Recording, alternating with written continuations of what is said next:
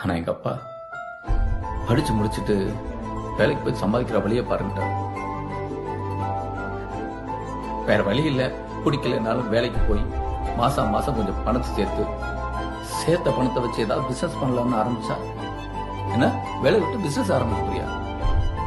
Business பண்றவனுக்கு எவனா பொண்ணு கொடுப்பான்?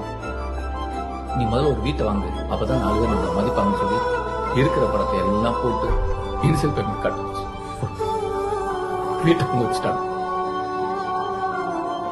அடுத்த 20 வருஷத்துக்கு நான் சம்பாதிக்கிறது கூட அதுக்கே போயிடும். நமக்கு ஏதாவது செலவு பண்ணா கூட யோசிச்சு செலவு பண்ண வேண்டியதா இருக்கு. ஒருவேளை இதுதான் நம்ம லைஃப் அப்படின்னு எடுத்துக்கிட்டு அடாப்ட் பண்ணிக்கிட்டு கிடைக்கிற வேலைக்கெல்லாம் போய் மாசம் மாசம் இஎம்ஐ கட்டி இருக்கிற வாழ்க்கை வாழ்ந்து முடிச்சிடறதா, இல்ல எது நடந்தாலும் பரவாயில்ல நம்ம நினைச்சபடிதான் வாழணும் வாழ்ந்துட்டு போறதா? எந்த பக்கமும் இருட்டுல கண்ணு கட்டி காட்டு விட்ட மாதிரி